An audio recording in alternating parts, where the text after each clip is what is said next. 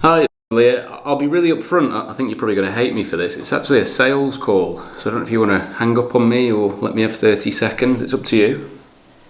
Gosh, I'm hearing this line up quite a lot recently. Someone's stolen your pitch. Someone else has hit you with that, have they? Yeah, loads of people actually. Yeah. So Unbelievable. obviously it depends what you're selling, really. Well, I'll sum it up in 30 seconds. Hopefully, I won't be like the others, but if I am, I won't bother you again. Does that sound fair? Go on then. Perfect, thank you. So typically we get invited in by ambitious CEOs who, if they're honest, they're a bit frustrated when it comes to the new business side of things. So often there's a feeling of either they're not getting in front of enough people, so there's not enough meetings in the diary, or the people that they're getting in front of aren't the right types of people. And as a result, they're perhaps not seeing the growth they were hoping to see on the new business side. But you might tell me you don't struggle with that and everything's perfect. You couldn't take on another new client. Do you know what? At the risk of sounding really arrogant, yes, that is not my problem. Okay. At all. However, I do need to know though, how did you find my details? That makes sense. Do you mind if I ask you one last question before I let you go? Yeah? I don't suppose you know anyone who's perhaps less fortunate than you, who I might be able to help? Yeah. Hello? Hello, is that... It is, yeah, speaking. Hello, I'll be really honest, you're probably going to hate me for this. It's actually a sales call. So I don't know if you want to hang up on me or let me have 30 seconds, it's up to you. I don't know I'm walking up the steps to my office, so you have 30 seconds, I guess. Okay, perfect. I'll be really quick, and if you're not interested, I won't bother you again. Cool. So typically we're invited in by ambitious business owners who often are a bit frustrated when it comes to the new business side of things. So there's a feeling that perhaps they're not getting in front of enough people. Yeah. Or The lead gen.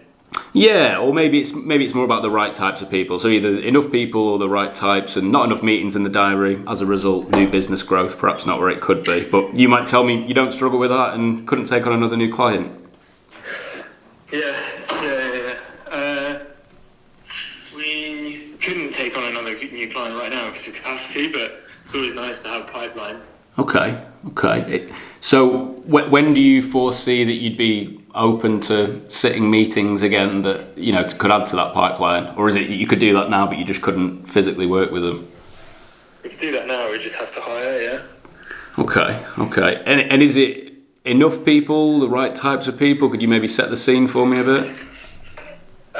We're pretty good with outreach. Our BD team are pretty on it, but yeah, I think we're learning to get qualified things through. We need companies with a bit more budget. So yeah, we're moving out of the really early days in what we do and moving into more costly space, but not the big costly space, the sort of SME space. I'd say the bit that we're most interested in terms of pipeline is there's a thing happening with the recession where these massive agencies are losing projects because they can't afford to work on them because the budget's been cut. Mm-hmm. But they still exist. So we're trying to figure out a way to go after those budgets, go after those direct brand relationships, and build pipeline there, because we can handle the project at that budget because we are a lot leaner. That's kind of our 2023 strategy in terms of sales is to pick up those kind of pieces of work during this recession period. It's quite a sweet spot for us to be in. That's a smart plan. Is there a particular sector that feels that more? Have you isolated that? Well, I think you've got fast moving consumer goods is a big area for us. And then that's not necessarily sector based. We are completely sector industry agnostic. We work across all kinds of companies, B2B, B2C, consumer goods, agencies. It's completely open. We're a creative production studio, so we just make things for people basically to help them sell more things basically. Okay. So yeah. And is there in terms of the people you need to get in front of it, is it CEO, business owner? Is it a chief marketing officer? Who's typically the sweet spot in terms of job role for you, or does it vary? Yeah, CMOs are good, but they seem most of the time they've got their sort of suppliers laid out, so that's why it's harder to qualify through the top end. And then where you've got like more like even lower, like marketing directors or marketing managers that seem to like to pitch us up internally, if that makes sense. So they'll take like one of our pitch decks, or we'll meet, and then they'll pitch up to their boss, and that usually works a bit smoother for us. But yeah, owners, because we work with like lots of startups, owners are always a good one too. Perfect. Okay. I've taken quite a lot of time off you, but do you mind if I just ask you one last question? Go for it. So if I'm one of those companies and one of those job roles, is it the issue you mentioned before of I've got this budget that I'm trying to make go further, or are there other problems that I'm dealing with as well?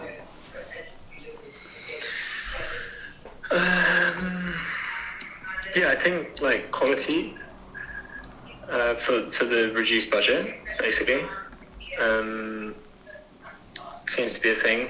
Like, there's also a lot of companies out there that will do the work for cheaper, but their sort of standards are a lot lower. So it's more few and far between. You've got a company that have really high creative standards that can work with smaller budgets.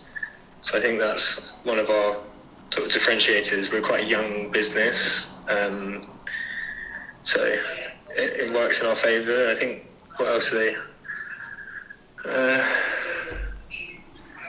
I think they just still want to engage with younger audiences and stay sort of in the happening on the pulse. But you know, they, like I said about the budgets things, you've got to pay for that strategy. You've got to pay for that as a premium, and as the budget's being cut, they're losing that. So yeah, that's kind of quality and budget kind of thing. Okay, that makes sense.